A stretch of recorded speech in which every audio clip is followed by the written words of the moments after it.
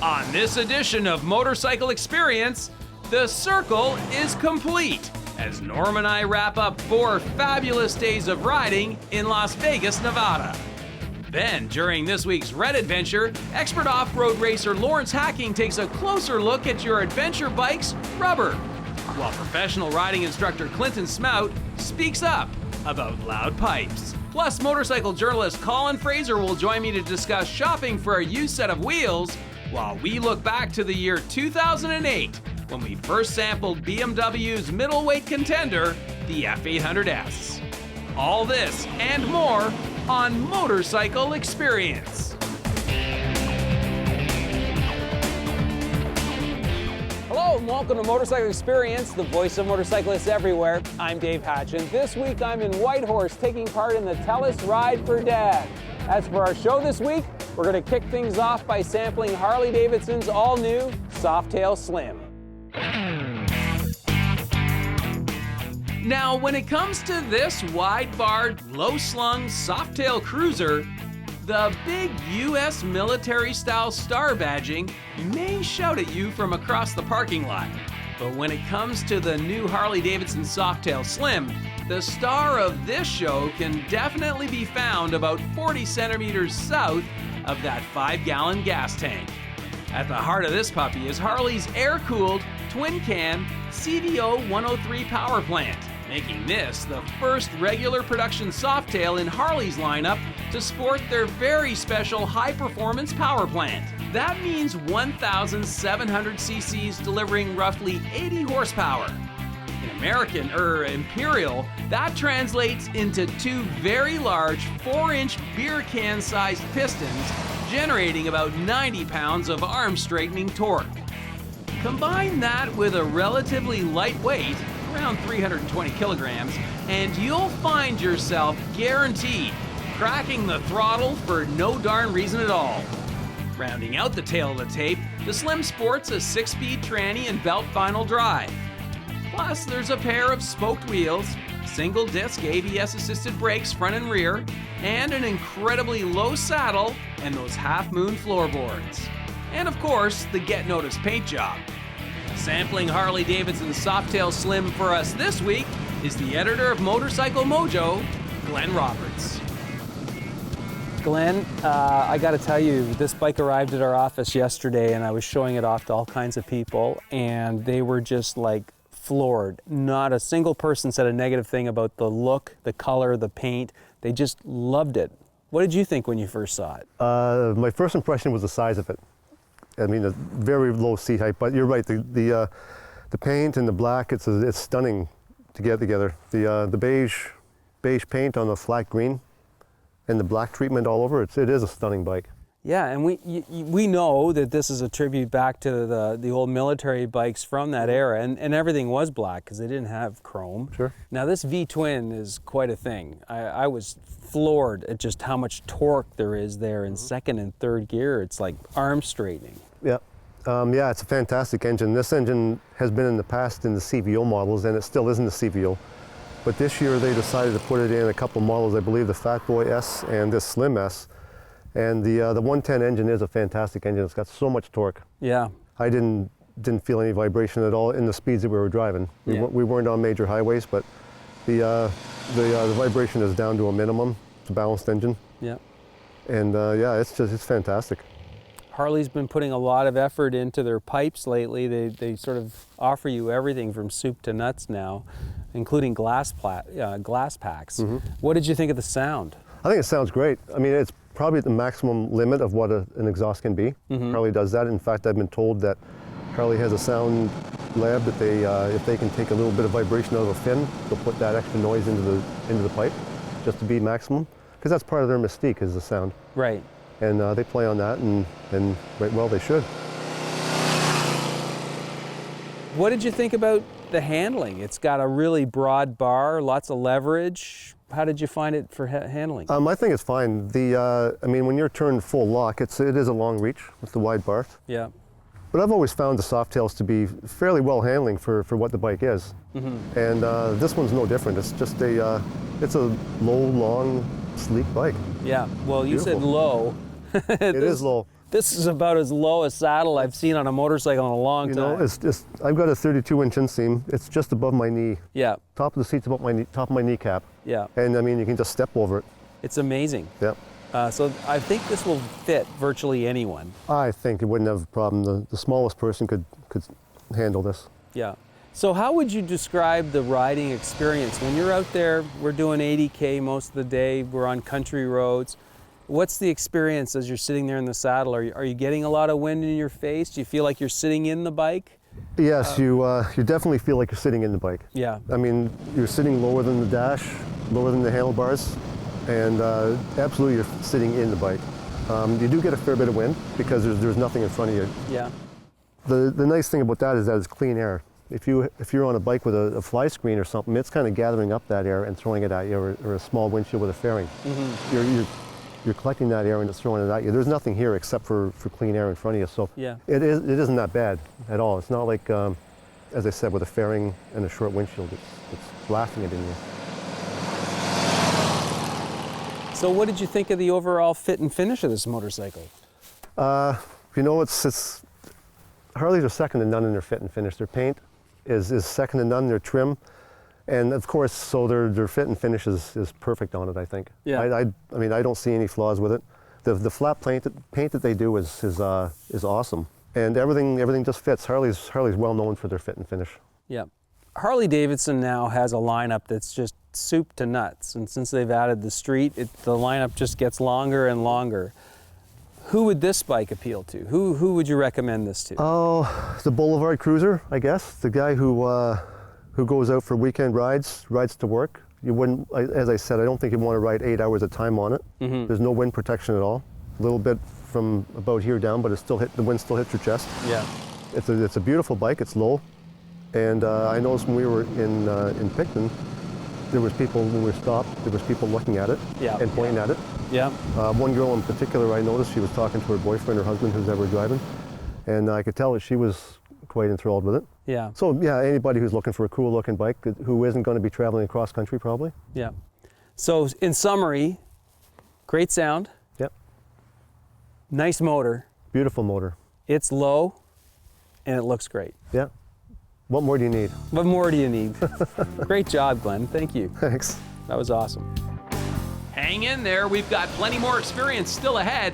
Next, expert off-road racer Lawrence Hacking looks at tires designed for your next adventure, while Norm Wells and I recap this season's ultimate ride in Las Vegas.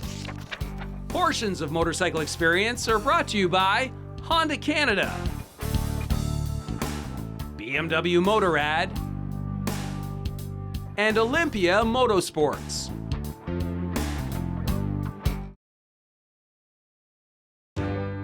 Closed captioning of Motorcycle Experience is brought to you by the TELUS Ride for Dad.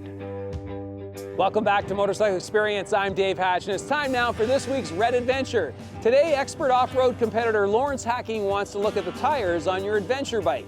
But before we do that, let's catch up with this week's ultimate ride down in Las Vegas, Nevada. So for the past 15 years, Norm Wells of BMW Motorrad and myself have been loading up our motorcycles and setting off to explore a variety of destinations all across North America. This year, winter's early arrival prompted us to bail on our long-standing 4-day Manitoulin Island ride. Instead, we rolled the dice and gambled at the last minute on a couple of cheap flights to Las Vegas, Nevada. 50 minutes after touching down with helmets in hand, we laid down our credit cards and rented a couple of BMW motorcycles from Eagle Rider Motorcycles. Over the next 3 days, we then explored the wonderfully scenic and sometimes very twisty roads that are within an easy ride of the Strip. And on our final day of riding, the big payoff came when we discovered near the Arizona-Nevada state line the mind-blowing El Dorado Canyon. And then, a couple of hours later, hit the jackpot again in Good Springs when we grabbed some lunch at the very haunted Pioneer Saloon. All in all, Nevada had delivered big time on the ultimate ride scale. But alas, as with all rides, it was time to shut her down. Well, Norm, here we are, end of day 3, the full days, end of day 3 in this, our Viva Las Vegas ultimate ride. We're at BMW of Las Vegas, Eagle Rider Motorcycle Rental, right where we started 3 days ago. I'm going to give you the tail of the tape, okay? We've done 1,200 kilometers in 3 full days. Hoover Dam, Big. Lake Mead, north and south side, Well worth it. great roads. Excellent roads. Valley of Fire, Must do. Beautiful. scenic. Mount Charleston, the full loop. 157, 158. Just unbelievable. 8,400 feet. Wonderful. Pahrump, Pahrump. Be prepared for Pahrump. If you're going with an adventure bike, make sure it has at least intermediate tires, because us on road tires didn't work out too well. but if you want a good taco, Pahrump. Taco El Cerro. Yeah. All right, today, El Dorado Canyon. Hoarders. Beautiful road. Interesting place to go and visit and spend some time there. The gold mine and the ride in. Another must do. Whistle Stop Cafe. Home of Whistle Stop Productions, California. West. Yes. And Good Springs. Good Springs. The Ghost Cafe, Pioneer Saloon, historical, unbelievable. The ride into there was just 6 miles off of Jean, where we were supposed to have lunch. Yeah. It's worth the detour to get there. Yeah. So I guess, summing up, this has been 3 incredibly intense days. We have seen a lot, we've ridden a lot, and this was just so doable. This is December, cheap flights, cheap hotels, rented bikes just like anyone else, and had a really rich, fulfilling 3 days. That was 3 days. If you're here for a week, there's places that we didn't go. Death Valley, Yeah. Area 51 if you're into that. You could have gone to the Grand Canyon, you head down to Phoenix and go to San Diego. It's just a lot to do if you're here for a week, so you don't have to stay in one place. You can skip out and do some overnights along the way. Sounds like we might have to come back. Absolutely. We missed out. All right. Ultimate Ride 15, Viva Las Vegas. Another big success. Great one. Good pleasure. Be sure to tune in next week and continue to follow along as Norm and I start to plan our next Ultimate Ride. As for now, let's catch up with Lawrence Hacking and take a closer look at the tires on your adventure bike. So Lawrence, this week on the Red Adventure, I want to talk about tire choices and your next adventure, because I had an experience recently where we rented some adventure bikes and we thought we would do some gravel roads and some fire roads, and as it turned out, the road got really bad and we looked at our tires and went, we have the wrong tires for this. Yeah, it's a common occurrence in adventure bike riding. I mean, these bikes are capable of really going in some pretty difficult extreme conditions, but you have to have the right tires. Right. So let's talk about that. This, for instance, this is a stock Africa Twin. Tell me about the tires that are on this bike right now. Well, these tires, I would say, are designed to be ridden mostly on pavement, say 70-80%. Mm-hmm. You can get away with riding them on dirt and gravel, but I wouldn't suggest riding more than, say, 20% of the time on your bike on gravel with these tires. Yeah, because like for instance on this hard-packed sandy road, with these tires you may find yourself really having to slow down, right? That's right, slow, and slower down, your control is going to be minimized for sure. Knobby tires are designed to basically put the knobs into the ground, and that gives you traction and control. Yeah. And they really do work well. Yeah. You'd be surprised at what these bikes can do in pretty extreme conditions. Yeah. So you have a lot of choices now, a variety, everything from street only to dirt only and everything in between. Yeah. If you do choose to go with a more aggressive knobby off-road tire, what does that mean in terms of your street riding? Well, you for sure can ride on pavement. Different tires have different rubber compounds. Mm-hmm. Some of them, normally the knobby tires are fairly soft compounds, so they're going to wear very quickly. Yeah. But some of them work quite well on pavement. They're predictable on pavement. Generally speaking, if you're adventure riding, normally you're not on really smooth, beautiful roads on paved side as well. So. They're a good compromise. They're a little bit noisier, a little bit rougher, a little bit lumpier. Right. Maybe they're not so easy to balance, or they may go out of balance quite quickly as well. But you can get away with it. The big thing is they're going to wear fairly quickly. Right. So really, when you talk about adventure riding, you're going to think about your adventure bike and what's the bike going to be doing and where are you going to be going. Yeah. And then when you plan your next adventure, you really want to think about those tires and how much time you're going to spend on pavement and how much time you're going to spend off-road. Yeah, that's exactly it. Make a good plan ahead of time. Excellent. Well, that's some really great advice on Thank rubber. you, Dave. Thanks, Lawrence. Still ahead, veteran motorcycle journalist Colin Fraser has some sound advice on shopping for a motorcycle. And on shifting gears, professional riding instructor Clinton Smout discusses the effects of having loud pipes.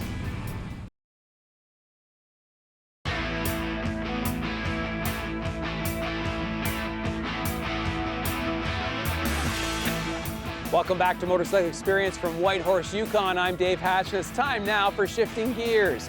This week, Clinton Smout wants to look at loud pipes. You know, Clinton, here on Shifting Gears, we discuss a lot of things. I would like to discuss just how quiet this FZ07 is. It's Isn't it amazing? Yeah. After third gear, you don't even hear it. Yeah. But you're right, in motorcycling, one of the most controversial things are loud pipes save lives. About half of the riders you talk to say, absolutely, man, first thing I do is put loud pipes on. Yeah. The other half said, I hate that. Yeah. Can't stand loud pipes.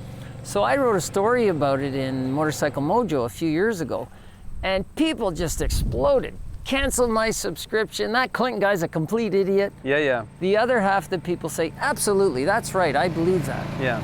So I tried to investigate it scientifically. I talked to a hearing expert, audiologist. What does long-term exposure to loud noise do?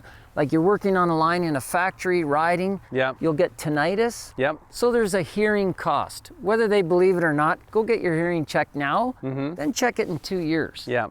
And the other thing too, when you talk about that sort of ringing in your ears, if you're riding a motorcycle that's loud and you're getting that noise, your ears are working, your brain is working, and you're gonna just get more tired. You're gonna get tired faster. And I do a lot of long distance riding, and I just find the difference with earplugs and not being able to hear the motorcycle makes such a difference Huge. in terms of how far I can ride in a day and It's arrive true. rested. And scientifically, a loud noise elevates your heart rate and pulse. That's interesting. So it's more fatiguing. Right.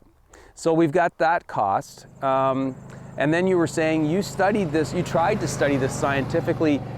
Do the loud pipes actually work in terms of traffic awareness? Well, when we looked at that study of who is having incidents on motorcycles in Metro from the police, there was never an accident where the car beside us going the same direction moved over and hit a motorcyclist. Yeah. Wasn't a statistical basis. Yeah. Now, to me, if you could prove that a loud pipe would keep the car that's coming towards us from turning left, I would buy it. Yeah. I would put loud pipes on every street bike I own. But you're shooting the noise behind you. That car coming towards you is not going to hear that. No. So I think some people believe they say loud pipes save lives to rationalize their purchase of loud pipes. Right. So to me, loud colors, Dave, make more sense than loud pipes. But if you don't believe it, please don't invest all of your safety armor Yeah. and safety ideas just in your loud pipes. Yeah. Add other stuff like rider training, loud colors, good tires. There's more to it than just one element. Exactly. And don't forget the final element. You might annoy your neighbor. Oh, I had one like 25 years ago. My neighbor hated me. I would push it down the road and ride it a couple gears up. Right. Whereas this bike, right out the driveway. It's so quiet, I love it. Perfect. So we've got a new Excellent. slogan. Loud clothes save lives. Could be a good one. All right. Good stuff. Okay then, now that we've got you all set for the open road, stay tuned because next, Inside Motorcycles senior editor Colin Fraser has some great advice on shopping for a used set of wheels. Portions of Motorcycle Experience are brought to you by Honda Canada, BMW Motorrad, and Olympia Motorsports. Welcome back to Motorcycle Experience. I'm Dave Hatch, and we'll wrap up our show now by stepping back into the time machine. Traveling back to the year 2008, the summer when we first sampled BMW's twin-cylinder middleweight sports machine, the F800S. But before we do that, let's pay a visit to the used section at our local motorcycle dealership. Here now is Colin Fraser. Colin, this week in the used bike corner, we're starting to wrap things up in terms of visually inspecting a possible purchase. But one of the things you could do is ask the seller for the service record. Would you not agree? Oh, absolutely ask. It's worthwhile, and it's going to tell you a lot about the dedication to the unit, because if it's got some decent miles on it, you can see it's had service, particularly new tires, new sprockets and things. When did you do that? How did you do that? Now, somebody who's diligent is probably going to know almost off the top of their head, which is not so bad if it all makes sense. Yeah. If the stories don't match, then a paperwork trail is really going to help. And sometimes people will do that. Let's say, no, I just had it serviced, the oil was changed, I bought a new battery, because they were getting it certified, and then maybe walked into the dealership, saw something new, and decided, no, I want to buy a new motorcycle, right? But having a good look at any records and also how they reflect, and if it all makes sense as a picture. Right. So definitely recommend. We recommend that you check for the service records. And if somebody has all the service records, that's a really good sign. Well, and you have a relationship with the owner, and you understand that this person cared about this bike. That's what you want to buy, a bike that the previous owner really liked that bike and looked after it, and they can have ridden it hard but maintained it equally well. Alrighty then, Colin, some great advice there. And speaking of used motorcycles, let's go back now to the year 2008. That was the summer we sampled BMW's twin-cylinder middleweight sports machine, the F800S. I think they've hit the mark for wanting something in the middle range, middle lightweight type thing. It's got lots of power and everything. The size is great, and that I liked it. There was a lot of features that were really good about it. It's kind of like, where do you want me to start? For me, I always like to start with the seat. Seat height, 32 inches, and that nice, comfortable, very narrow. Actually, I kind of like the way the contour of the seat, so it's very comfortable to ride. Now, because it is a sport, it is very much the sport riding position. Your feet are tucked in nice in behind, if not maybe a little more extreme than, say, my own street bike and that. Right. But I'm not opposed to that. I enjoy that. And again, at 5'6", I think it's a very comfortable riding position. Maybe someone at 6'3" might find it a little too tight of a fit, but definitely leaning towards the sport as that. The ride, the suspension is great. I was very impressed with the suspension.